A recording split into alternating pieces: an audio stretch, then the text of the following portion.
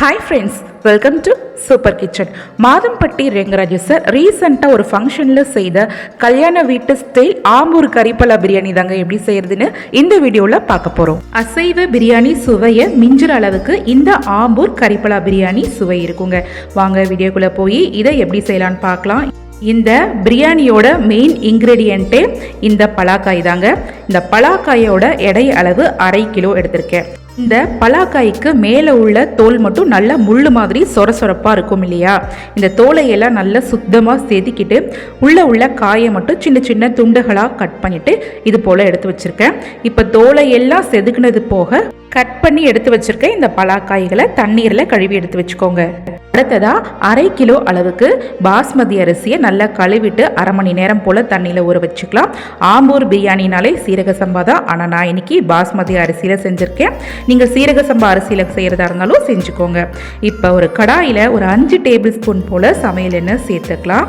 நம்ம கட் பண்ணி க்ளீன் பண்ணி வச்சுருந்த இந்த பலாக்காய் துண்டுகளை இதோட சேர்த்துட்டு கேஸோட ஃப்ளேமை மிதமான தீயாக வச்சுட்டு ஒரு தடவை இந்த மாதிரி கலந்து விட்டுருங்க.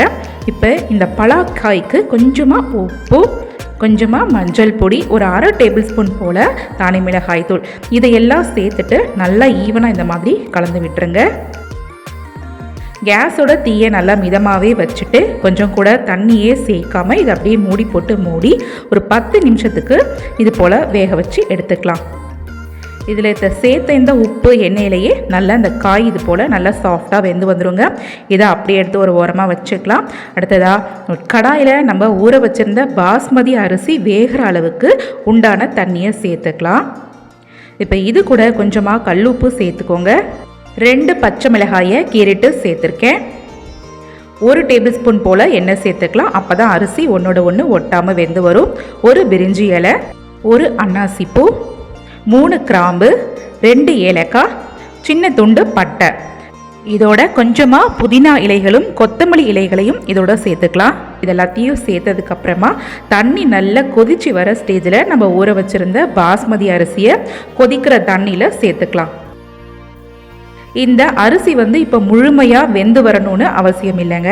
நம்ம சேர்த்த இந்த அரிசியை நல்லா இது போல் ஈவனாக கலந்து விட்டுட்டு கேஸோட தீயை நல்லா மிதமாக வச்சுட்டு கரெக்டாக ஒரு 5 நிமிஷம் மூடி போட்டு வேக வச்சிங்கன்னா இந்த அரிசி ஒரு 80% கரெக்டாக குக்காகி வந்துருங்க. இப்போ பாருங்கள், 5 நிமிஷம் கழித்து லிட்டை ஓப்பன் பண்ணிக்கலாம். சாதம் பாருங்கள் ரொம்ப குழையாமல் கரெக்டாக ஒரு 80% குக் ஆகிடுச்சு. இதை அப்படியே எடுத்து ஒரு ஸ்ட்ரைனரில் வடிகட்டி இது ஒரு பக்கம் எடுத்து வச்சுக்கலாம். இப்போ அடுத்ததான் நம்ம பிரியாணி தாளிக்க போகிறோங்க. குக்கரில் 1/4 கப் அளவுக்கு ரீஃபைண்ட் ஆயில் சேர்த்துக்கோங்க. குடும்பமான அளவு நீங்கள் ஃப்ளேவர் இல்லாத ஆயிலாக சேர்த்துக்கோங்க. இது கூடவே 3 டேபிள் ஸ்பூன் அளவுக்கு நெய் சேர்த்துக்கலாம். இது கூட 2 ஏலக்காய், 3 கிராம்பு, 1 பிரிஞ்சி இலை, சின்ன துண்டு பட்டை, கல்பாசி, சின்ன துண்டு சுருள் பட்டை, 1/2 டேபிள் ஸ்பூன் சோம்பு இதையெல்லாம் சேர்த்து இந்த ஸ்பைசஸ் எல்லாம் நல்லா முருகலாக பொரிஞ்சதுக்கப்புறமா 250 கிராம் அளவுக்கு பெரிய வெங்காயத்தை நல்லா நைஸாக கட் பண்ணிவிட்டு இதோட சேர்த்துக்கலாம். சேர்த்த இந்த வெங்காயம் நல்லா சுருங்கி இந்த அளவுக்கு வறுபட்டதுக்கு அப்புறமா 1/4 கப் அளவில் பாதி அளவு இஞ்சி பூண்டு பேஸ்ட்டு இதோட சேர்த்துக்கலாம். இஞ்சி பூண்டு பேஸ்ட்டு நல்லா ரா ஸ்மெல் போகிற அளவுக்கு வதக்கி எடுத்துக்கோங்க. இது கூட இப்போது 1 கைப்பிடி அளவுக்கு புதினா இலைகளும் 1 கைப்பிடி அளவுக்கு கொத்தமல்லி இலைகளையும் சேர்த்து நல்லா கலந்து விட்டுருங்க. அடுத்ததாக 250 கிராம் அளவுக்கு கட் பண்ண தக்காளியை இதோட சேர்த்துக்கலாம். இப்போது இந்த பிரியாணிக்கு தேவையான உப்பு சேர்த்துக்கோங்க.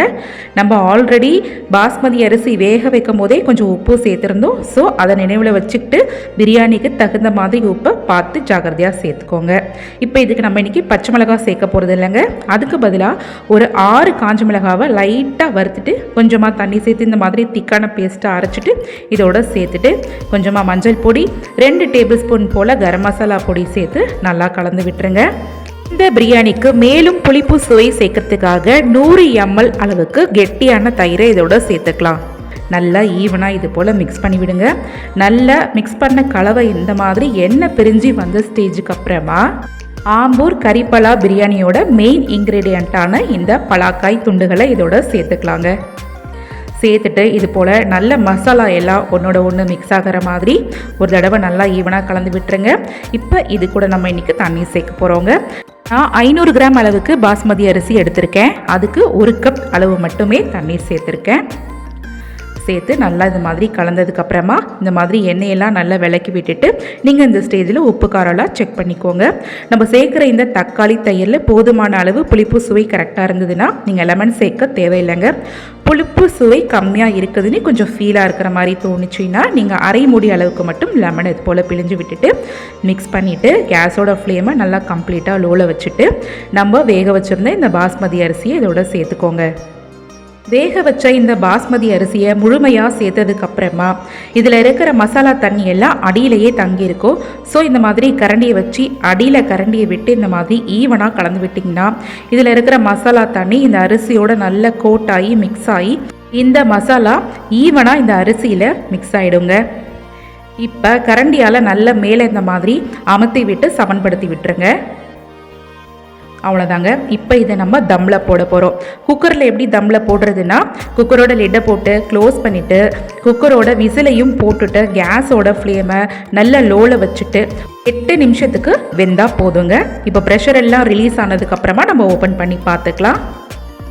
பாருங்கள், ரொம்ப அருமையான சுவையில் ஆம்பூர் கறிப்பலா பிரியாணி ரொம்ப பர்ஃபெக்டாக வெந்து வந்துருச்சுங்க.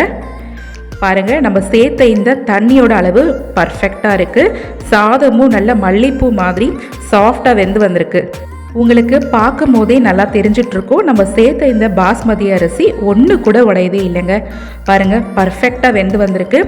அசைவ பிரியாணியோட சுவையை மிஞ்சக்கூடிய அளவுக்கு இந்த ஆம்பூர் கறிப்பலா பிரியாணியோட சுவை இருக்குங்க. இதில் சேர்த்த கறிப்பலாக்காய் கூட பாருங்கள் எவ்வளவு சாஃப்டாக வெந்து வந்திருக்குன்னு. சாப்பிட்றதுக்கும் அருமையான டேஸ்ட்டில் இருக்குங்க. நீங்களும் இது போல் கல்யாண வீட்டு ஸ்டைலில் செய்யக்கூடிய ஆம்பூர் கறி பலாக்காய் பிரியாணியை வீட்டில் செஞ்சு பார்த்து சாப்பிடுங்க. ரொம்ப சூப்பரான டேஸ்ட்டில் இருக்கும். ஓகே, இதே போல் வேறு ஒரு இன்ட்ரெஸ்டிங்கான ரெசிபியோடு உங்களை மறுபடியும் சந்திக்கிறேன். தேங்க்ஸ் ஃபார் வாட்சிங்.